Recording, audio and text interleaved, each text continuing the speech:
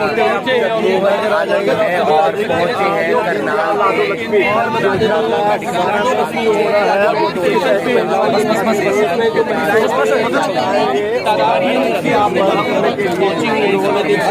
पहुंचे हैं medical camp लगाए गए हैं, महिलाओं की तमाम बीमारियों को लेकर मेडिकल कैंप लगाए गए हैं और तमाम महिलाओं का यहाँ पर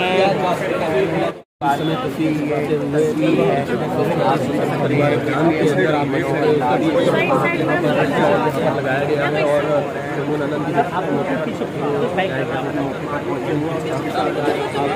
जांच की जा रही है, जांच करके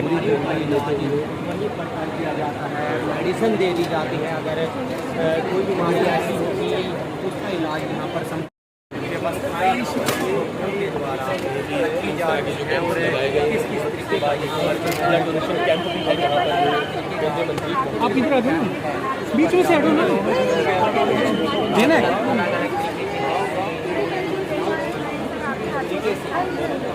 बिल्कुल आप देख सकते हैं महिलाओं को किट देते हुए नजर आ रहे हैं केंद्रीय मंत्री मनोहर लाल। टीबी मुक्त भारत अभियान बनाना है, प्रधानमंत्री जी की ये योजना है और ये प्रयास है और इसके लिए महिलाओं को किट देते हुए नजर आ रहे हैं। वो भी चुकाते हुए नजर आ रहे हैं, मोबाइल फोन चेक करते हुए और महिलाओं को आप देख सकते हैं। आप क्या कर रहे हैं?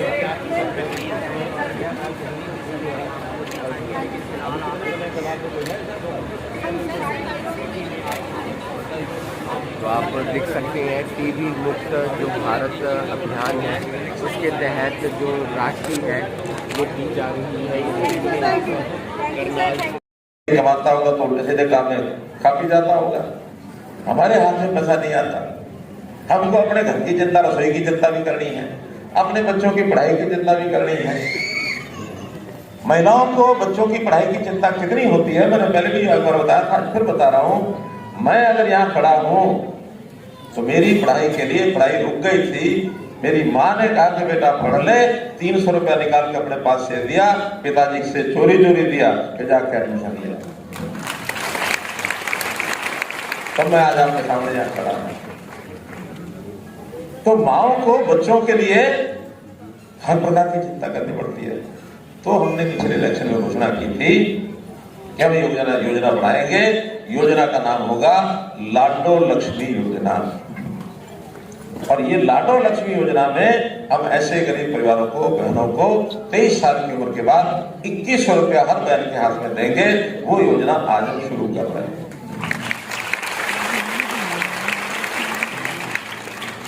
उस समय जब घोषणा हुई तो विपक्ष के लोगों ने बहुत खंडन किया कि खाली घोषणाएं होती हैं, देखेंगे कैसे लागू करेंगे, क्योंकि उनकी सरकारों ने घोषणा की कभी लागू नहीं कर पाए।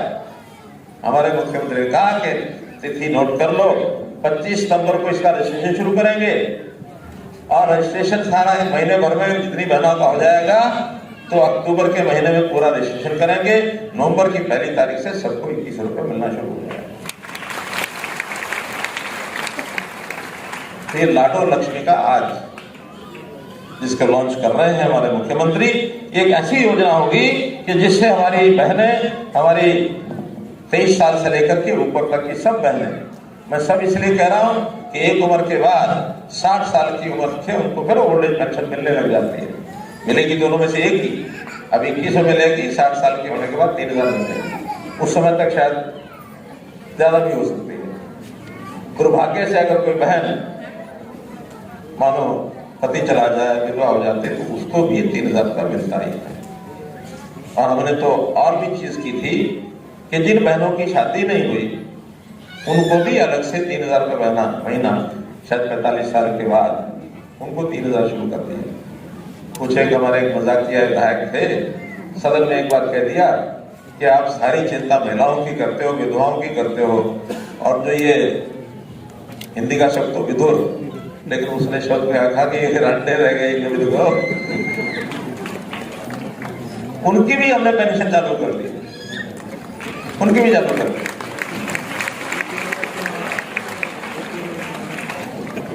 अगर समाज के लिए जितना करो उतना कम है। मैंने तो एक ऐसी योजना की है शुरू, कभी मंचों पर ज्यादा नहीं बताई, लोगों को धीरे धीरे पता लग गया है। अब सबको पता लग गया तो बताने में हर्ज नहीं है, नहीं तो लोग कहेंगे कि मौत के ऊपर बोलना शुरू कर दिया। हमने कहा कि देखिए, परिवार में, गरीब आदमी के परिवार में किसी की मृत्यु हो जाए, वो 7 साल से ऊपर और 60 साल तक, 7 साल का बालक पढ़ाई करता है तो घर में आशा की किरण होता है, थोड़ा पैसा उसको भी दो। 18 साल से ऊपर हो जाए तो 25 साल तक थोड़ा ज्यादा दो। 25 साल से 40 साल तक किसी की भी डेथ, किसी मृत्यु किसी कारण से भी हो जाए, बीमारी से, एक्सीडेंट से, कोई और कारण, उसको 5 लाख रुपए दे और दे रहे हैं। इस योजना का नाम है क्या? दयालु योजना। ये दयालु योजना है। कभी किसी की मृत्यु होती है गरीब परिवार में, उसके घर में पैसा पहुंचता है, ठीक है, व्यक्ति वापस नहीं आ सकता जो चला गया, लेकिन थोड़ा बर्फ पट्टी तो लग सकती है ना। अभी तक उसके अंदर लगभग 800 करोड़ रुपया सरकार दे चुकी है और हमारे पास एक बार सर्टिफिकेट आना चाहिए, हम उसमें भी घर पे मैसेज भेजते हैं, भाई आपका ये पैसा अपना ले जाता। तो गरीब परिवार की सहायता करना हमारा काम है, कर्म भी है, धर्म भी है, लेकिन साथ ही गरीबी से बाहर निकालना ये भी जरूरी है। हमेशा सरकार के इस अनुदान से, इस पेंशन से बंधे रहना, जिंदे रहना ये जरूरी है, या कमाई ज्यादा करना ये जरूरी है? बताओ, बोलो। कमाई ज्यादा करना है कि केवल इस सरकारी अनुदान पर बैठे रहे? कमाई ज्यादा, ये बहने बताए, बहने कमाई। आज आप सब यहाँ आई हैं अपना लाडो लक्ष्मी योजना के लिए रजिस्टर कराने, और आपको 2100 रुपये महीना मिलेगा। कल को मान ली आपकी आमदनी इतनी ज्यादा हो जाए कि भी आपको अब जरूरी नहीं है, तो आप में से कौन कौन है जो अपने आप आके बता देंगे मेरे घर की आमदन होगी, मेरा बेटा नौकरी लग गया, मुझे जरूरत नहीं है? ऐसे कौन कौन है? मैं इन सबको बहुत बहुत प्रणाम करता हूँ।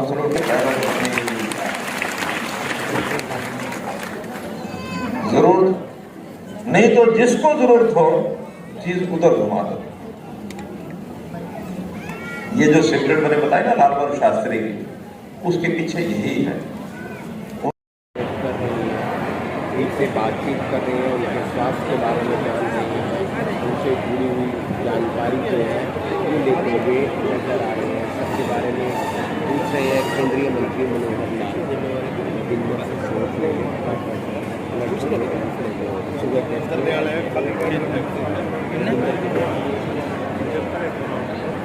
और जिन लोगों ने जो ब्लड डोनेट किया है उन्हें सर्टिफिकेट देते हुए नजर आ रहे हैं केंद्रीय मंत्री।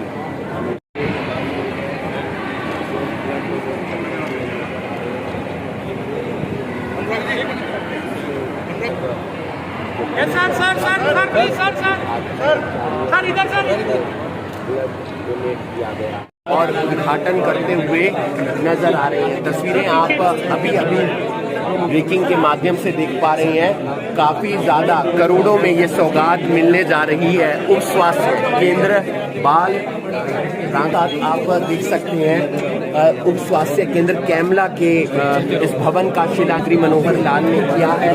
इसके अलावा आप तस्वीरें देख पा रहे हैं उप स्वास्थ्य केंद्र गोली के भवन का शिलान्यास हुआ। तस्वीरें आप अभी ब्रेकिंग के माध्यम से देख पा रहे हैं। करनाल से ये तस्वीरें देख पा रहे हैं। और एक और परियोजना जिसका शिलान्यास होता हुआ ये उप स्वास्थ्य केंद्र रावर है, उसके भवन का शिलान्यास हो रहा है। इसके अलावा और भी तमाम परियोजनाओं का शिलान्यास और उद्घाटन बलहेड़ा गांव का उप स्वास्थ्य केंद्र, उसका शिलान्यास केंद्रीय मंत्री मनोहर लाल करते हुए उप स्वास्थ्य केंद्र बीजना के भवन का शिलान्यास केंद्रीय मंत्री मनोहर लाल की तरफ से किया जा रहा है। इसके साथ साथ आप देख पा रहे हैं बला के उप स्वास्थ्य केंद्र का शिलान्यास केंद्रीय मंत्री मनोहर लाल ने किया है।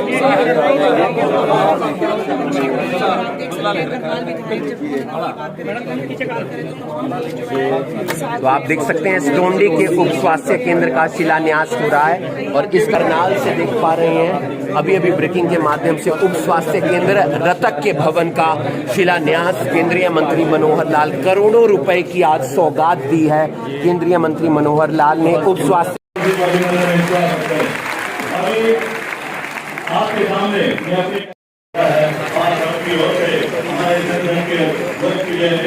केंद्रीय ऊर्जा एवं आवासन मंत्री माननीय श्री मनोहर लाल जी महाराज पुनः एक बार फिर से के साथ के लिए